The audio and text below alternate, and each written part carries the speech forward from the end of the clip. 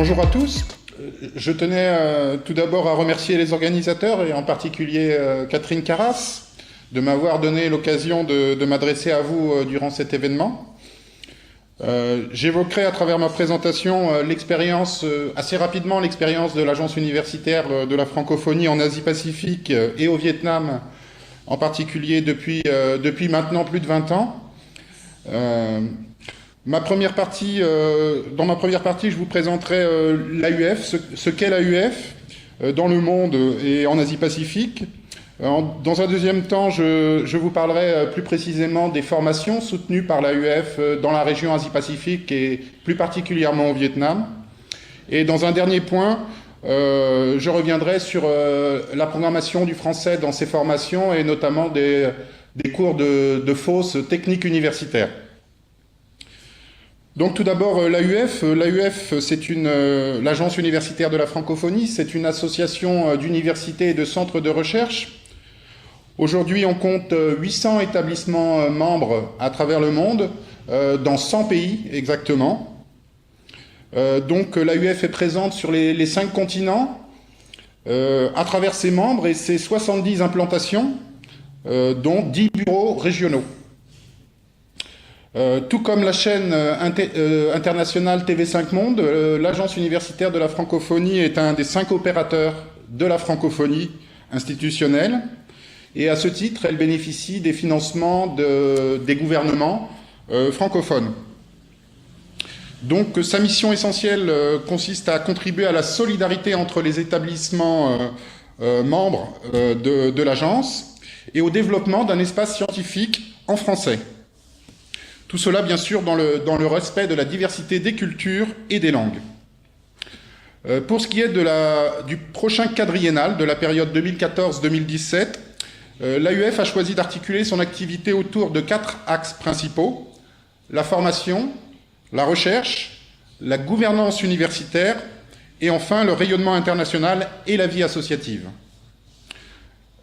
En Asie-Pacifique, l'AUF compte aujourd'hui 73 établissements universitaires membres dans une dizaine de pays, que ce soit l'Inde, la Mongolie, la Chine, le Japon, le Cambodge, le Vietnam, le Laos, la Thaïlande et j'en passe. Hormis le bureau régional de l'AUF basé à Hanoï depuis 1993, nous avons aujourd'hui des implantations au Laos, au Cambodge, au Vanuatu, ainsi que dans le centre et le sud du Vietnam. Donc parmi ces implantations, nous avons 2 instituts de la francophonie. Donc l'Institut de la francophonie pour la médecine tropicale qui est situé à Vientiane au Laos et l'Institut de la francophonie pour l'informatique à Hanoï au Vietnam.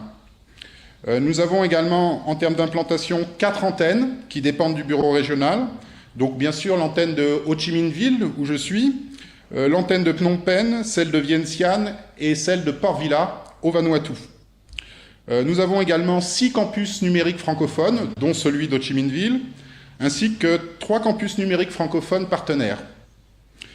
Dans toutes ces implantations, on retrouve 108 agents de l'AUF à l'heure actuelle. Pour ce qui est de la stratégie de l'AUF en Asie-Pacifique pour 2014-2017,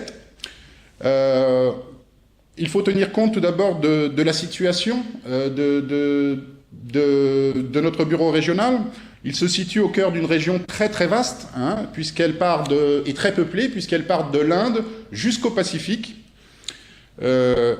Chacun sait aujourd'hui que l'Asie connaît un développement exponentiel, des mutations profondes et des besoins de formation immenses. Dans le même temps, l'Asie du Sud-Est se structure au sein de l'ASEAN et en relation avec la Chine.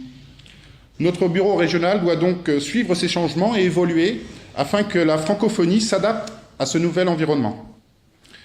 L'apprentissage du français dans cette région n'est pas généralisé, bien sûr, mais on le retrouve sur certaines niches dont la qualité et l'originalité sont reconnues. Donc nous, dans ce contexte, nous souhaitons, premier point, attirer les meilleurs étudiants, valoriser les formations francophones dans les universités partenaires, offrir des services adaptés aux établissements membres, les accompagner dans leurs efforts de coopération régionale et internationale, et enfin participer à la formation des enseignants d'université. Dans notre nouvelle programmation régionale 2014-2017, on retrouve bien évidemment les grands axes de la politique de l'AUF, formation, recherche, gouvernance et rayonnement. Mais ceux-ci sont déclinés selon les spécificités de la région et dans la continuité de l'histoire de notre bureau régional. On retrouve ainsi 6 macro-projets dans notre programmation. Le premier, et peut-être le plus important, un projet de soutien à la mise en place d'un espace de formation francophone en Asie, soutien à la recherche francophone, service à la francophonie universitaire, soutien au développement d'une francophonie universitaire dans le Pacifique, promotion de la francophonie et un dernier projet sur les instituts de la francophonie. Par ailleurs, cette nouvelle programmation pour nous, c'est l'occasion de remettre à plat nos actions pour nous assurer qu'elles répondent aux objectifs qui ont été fixés à l'agence par les établissements membres, dans un contexte, comme vous pouvez le deviner, un contexte budgétaire contraint. Cela nous amène donc à faire preuve de créativité, à rechercher de plus en plus de partenariats extérieurs et à viser l'autofinancement pour les projets de formation, comme pour les formations à distance, les services aux individus ou aux établissements. Je vais aborder maintenant le paysage des formations universitaires bilingues et francophones reconnues et soutenues par l'AUF dans cette région. Donc, dans le cadre de ce grand projet régional de soutien à la mise en place d'un espace de formation francophone en Asie, nous soutenons actuellement 84 formations universitaires bilingues ou francophones, dont 65 au Vietnam, les autres étant répartis sur le Laos, le Cambodge et la Chine.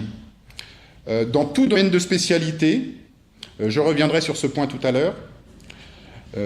En 2011-2012, on comptait un peu moins de 7000 étudiants inscrits dans ces formations, contre 4000 en l'an 2000, il faut le noter, c'est important.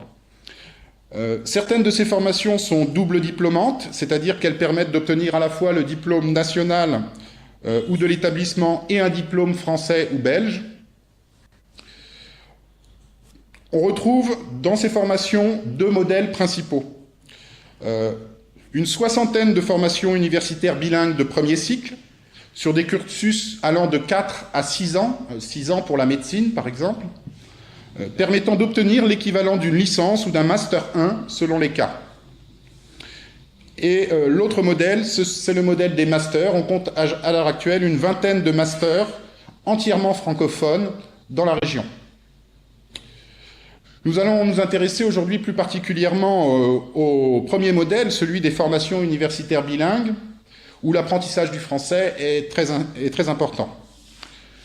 Donc ces formations bilingues ont été développées à partir de 1994, donc pour certaines elles ont aujourd'hui 20 ans, et uniquement par l'AUF. Ce modèle a été d'ailleurs fréquemment utilisé en Europe centrale et orientale, mais cette fois-ci aussi bien dans des projets développés par notre agence que dans des projets bilatéraux, relevant notamment des ambassades de France. Ce sont des modèles de formation relativement simples à mettre en place et assez légers. Je vais vous en donner quelques caractéristiques. Il s'agit d'un cursus dans lequel l'enseignement des sciences est dispensé en partie en français et dans la langue maternelle des étudiants. Les domaines d'études concernés sont très variés. On peut parler du droit, de l'économie, de la chimie, le génie civil, l'architecture, la médecine, les sciences vétérinaires, la géographie, le tourisme et j'en passe.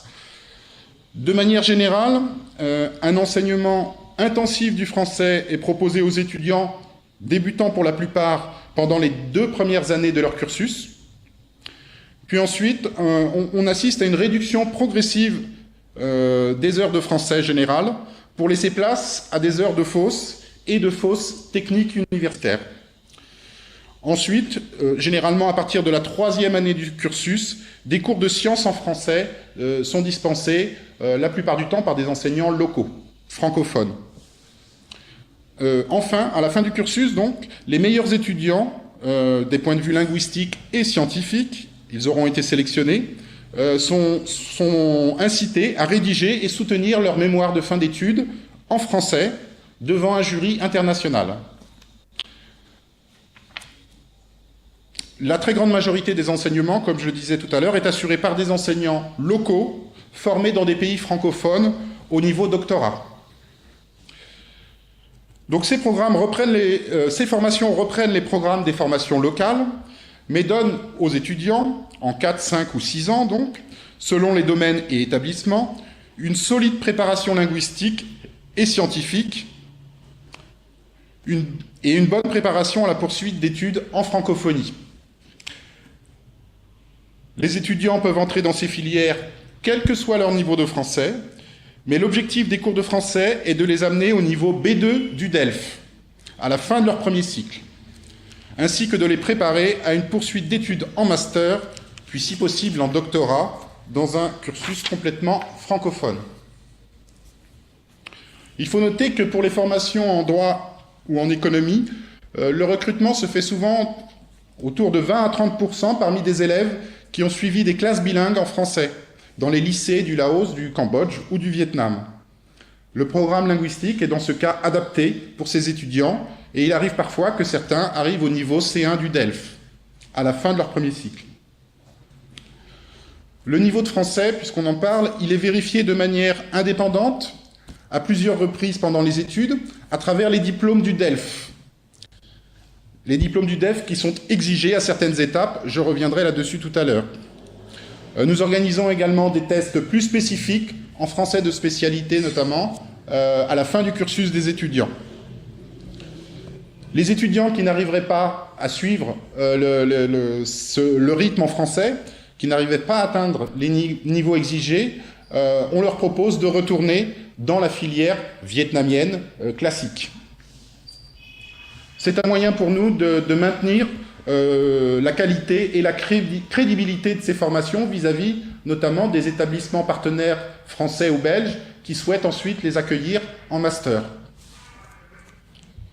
L'investissement pour ces formations est généralement assez modeste parce qu'elles offrent pour la plupart les diplômes nationaux, le diplôme vietnamien, et cela nécessite peu de missions d'enseignement des universités du Nord, ou pas du tout.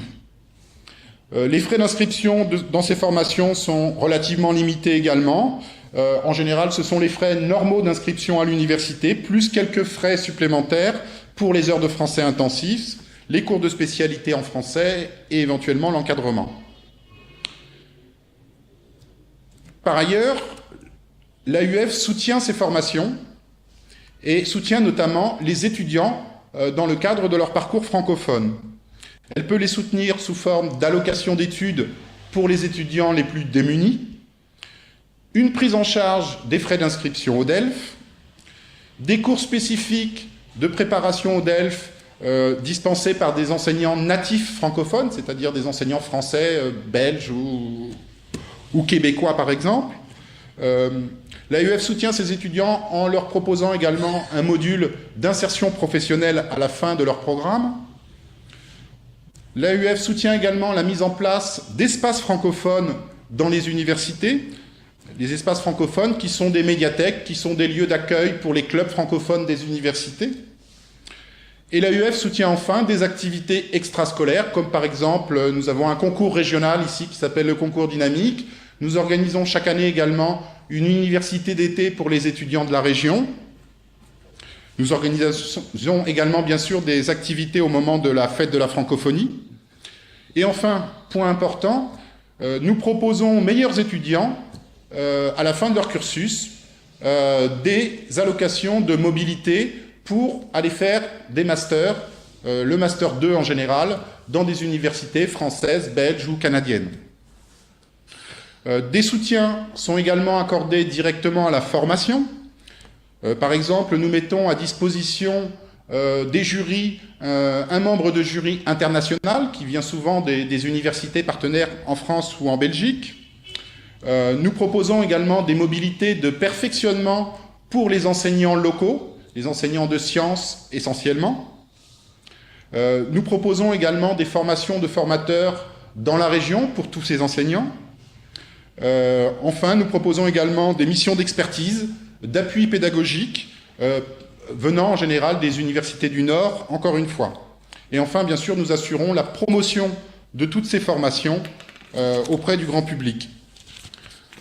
Je vais m'intéresser maintenant, dans un dernier point, de façon plus spécifique, à l'enseignement du français dans ces formations, et notamment de l'enseignement du FOSS et du FOSS technique universitaire. Donc, afin d'acquérir des compétences fondamentales en français, l'étudiant doit atteindre à l'issue des 2 premières années de la formation le niveau A2 du DELF. Il doit ensuite atteindre le niveau B1 en 3e année pour les cursus de 4 ans et en 4e année pour les cursus de 5 et 6 ans. L'objectif final, comme je l'évoquais tout à l'heure, est d'obtenir le niveau B2 en fin de cursus.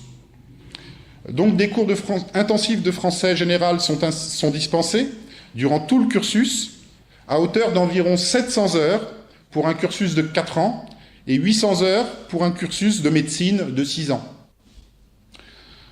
Dès le 2e semestre de la 2e année, et là aussi durant toute la fin du cursus, des cours de français sur objectifs spécifiques sont organisés pour qu'ils soient ensuite capables de suivre des cours de spécialité en français. Il s'agit de cours axés essentiellement sur l'acquisition du lexique, des cours de terminologie, avec des thématiques centrées sur la spécialité de l'étudiant. Donc là, on doit couvrir l'ensemble des grandes spécialités, informatique, droit, génie civil, médecine, etc. Enfin, en 2005, l'équipe des conseillers pédagogiques de l'AUF a décidé d'adjoindre au programme un cours de FOSS technique universitaire. Donc ce cours est programmé à partir de la 2e année du cursus, le 2e semestre également, quand le niveau des étudiants est jugé suffisant pour pouvoir le suivre. Donc pour conclure ma présentation, je vais revenir rapidement sur ce cours et sa genèse, en lien direct avec la thématique du colloque d'aujourd'hui, du forum d'aujourd'hui sur le français, sur objectifs universitaires. Donc l'équipe des conseillers pédagogiques a choisi 2 macro-objectifs pour ce cours. Être capable de suivre un cours scientifique de type universitaire en français et être capable de rédiger et soutenir un mémoire en français. On peut mesurer ici l'ampleur de la tâche d'autant plus ardue qu'il s'agit d'étudiants en cours d'acquisition de la langue française. Donc tenant compte de ce facteur déterminant, et en nous appuyant sur les échelles du cadre européen de référence pour les langues, le CECR, les conseillers pédagogiques ont sélectionné 6 grands objectifs qui correspondent aux 6 modules constitutifs du cours. Donc, premier objectif, être capable de faire un exposé. Donc, je vais parler plutôt des modules. Faire un exposé, présenter et commenter un document non textuel. On entend par document non textuel un graphique, un schéma, une carte. Troisième objectif ou module, prendre des notes à partir d'un document écrit. Quatrième module, prendre des notes à partir d'un document sonore. Viennent ensuite faire un compte-rendu de texte et faire une synthèse de documents. Donc un premier référentiel a été mis au point en 2006 par les conseillers pédagogiques. Il a été aligné sur les descripteurs du CECR afin de respecter une progression cohérente et pouvoir l'intégrer harmonieusement à la programmation des cours de français. Ce référentiel a permis de décliner l'ensemble des objectifs en savoir-faire visé, puis en pistes d'activité et en support type. Nous pouvons prendre ici l'exemple du module « Faire un exposé », premier niveau, puisqu'il y a 2 niveaux dans ce module. Ce premier niveau qui est introduit en fin de 2e année. Donc pour ce module, d'une durée de 10 heures, l'objectif principal est d'être capable de faire un exposé, mais au niveau 1, je reviendrai là-dessus tout à l'heure. Les savoir-faire requis, comprendre la consigne du sujet, lire le sujet et l'analyser, rechercher des informations, faire un brouillon, sélectionner et hiérarchiser les informations pertinentes, élaborer le plan, rédiger l'introduction et la conclusion, définir un plan de travail, ensuite animer l'exposé du point de vue de la phonétique, avec un travail sur la phonétique, la prosodie, et gérer les interactions avec l'auditoire. Donc je ne vais pas m'étendre sur ce référentiel. hein, mais ça nous a permis ensuite de développer les activités, lire et analyser un sujet, lire le document, préparer un exposé, choisir un sujet, hein, qui devait aboutir en termes d'évaluation et d'activité en même temps, que les étudiants soient capables de réaliser un petit exposé de 5 à 10 minutes, hein, un exposé en général informatif à ce niveau-là. Une évaluation est réalisée par le groupe classe afin qu'il y ait aussi une réflexion collaborative dans le groupe. Ensuite, après cette phase de travail sur le référentiel en 2006, les conseillers pédagogiques sont passés à la phase d'élaboration du matériel pédagogique. Cette phase aura duré environ 18 mois pour obtenir un premier livrable. Durant cette période, les équipes d'enseignants ont été sélectionnées dans les différentes universités et les formations de formateurs ont débuté. Souvent, d'ailleurs, sur les référentiels, les supports bruts ou sur des ébauches d'activités. Les enseignants locaux ont ainsi pu être sensibilisés, familiarisés avec les principes du cours, les objectifs, les supports, et impliqués dès le départ dans l'élaboration même du cours. Le cours a démarré par quelques expérimentations en 2007-2008. Dès cette première année d'expérimentation, des observations collectives de classe et des séances de concertation pédagogique ont été organisées. Le premier constat qui a été fait dès le départ, c'est une satisfaction générale de la part des étudiants et des productions déjà très honorables, même si le niveau linguistique insuffisant de certains ne leur permettait pas d'accéder aux techniques de compte-rendu et de synthèse. Sur les cursus les plus courts, ceux de 4 ans, nous avons donc été contraints, pour certaines formations uniquement, de réduire nos ambitions à une simple introduction au compte-rendu ou introduction à la synthèse. Du côté des équipes pédagogiques, des enseignants, une majorité de ceux qui ont été sélectionnés a pu s'approprier rapidement le cours. Cependant, nous avons quand même constaté que l'évaluation des productions posait parfois problème, notamment pour les techniques d'élaboration de plans, de reformulation, de compte-rendu et de synthèse. Enfin, en 2009, 4 équipes d'enseignants de fausses techniques universitaires, les plus à l'aise avec ce cours, ont été constituées. Leur tâche, la tâche de spécialisation du cours leur a été confiée, donc spécialisation du cours en médecine, en sciences économiques, en génie civil et en informatique. Le cours étant au départ un tronc commun pour toutes les filières. Pour des raisons ici essentiellement matérielles et organisationnelles, nous avons dû nous restreindre à une simple variation des supports, essentiellement des textes, des schémas, des graphiques, etc. Pour aller plus loin, je pense qu'il aurait été souhaitable de pouvoir faire appel à l'expertise et mettre en place des coopérations avec les départements de sciences et de FLE des universités partenaires françaises. Malheureusement, cela n'aura pas été possible. Donc en conclusion, élaborer et mettre en place ce type de cours à une échelle aussi importante, aussi vaste, nécessite un travail d'équipe de longue haleine et un investissement très important, à tous les points de vue, de la part de tous les partenaires.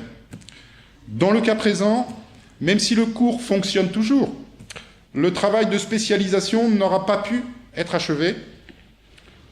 Entre-temps, il faut noter aussi que l'équipe des conseillers pédagogiques a malheureusement été dissoute, des conseillers pédagogiques de l'AUF. On ne peut aujourd'hui qu'espérer que les enseignants, ayant pu s'approprier le cours, sont aujourd'hui aptes à le faire évoluer en fonction des attentes et des besoins de leur public. Voilà, j'en ai terminé et je vous remercie de votre attention. Si vous avez des questions, n'hésitez pas.